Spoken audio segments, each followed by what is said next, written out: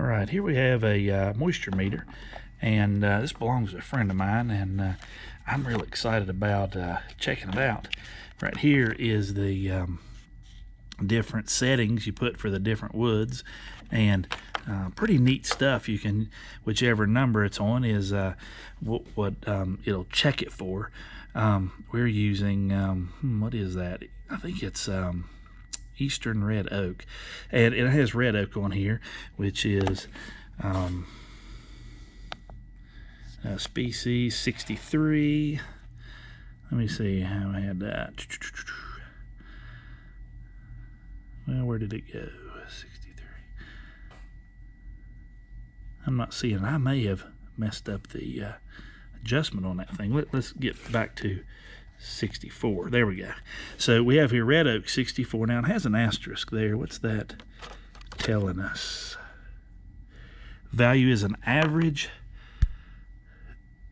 from several similar subspecies. So that may include, see, there's white oak 67. So I'm sure the red oak is going to be an average of subspecies, which would indicate for red oak would be like black oak, red oak, scarlet oak, those different oaks.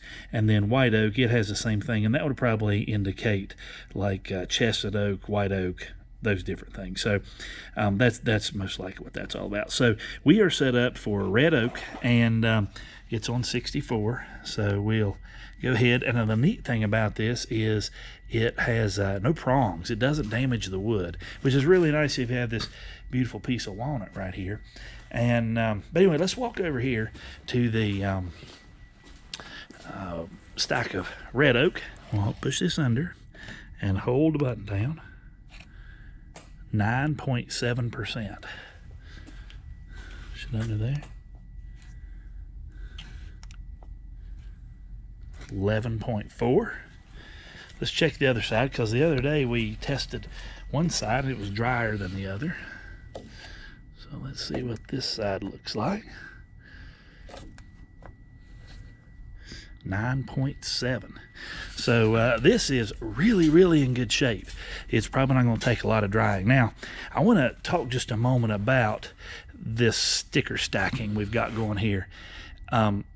There's a couple small issues with how it's stacked, and it's not the end of the world, and but I want to show you what we can do better. Let's put it that way. So anytime we put wood in, we want to make sure that it's right over top of a stick. So you can kind of see these are offset a little bit. This is not too bad. Ideally, it'd be directly over it. All right, over here, same thing. It's not setting directly over those. You can see how much moisture that thing lost. This was tight. That's how much that shrank. And see, this was done, boy, I think it was September.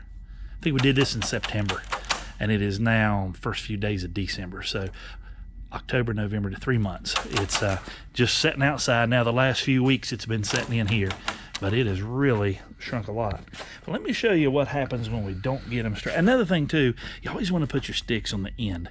I watched a Wood Miser video years ago. I've got this little DVD set they sent. And you always want to put your stick at the end of the board and make sure they're all nice and neat. And I usually try to keep one end of the stack perfectly straight. You can kind of see how this one's getting a little wonky. But I try to put that one right on the end, because lumber will generally crack to the stick. So if we put our stick back 6 inches, then it's likely to crack back to that point. Now, these have been sealed on the end with just cheap old oil-based paint, but just a good tip to go with there is I try to put the sticks on the ends.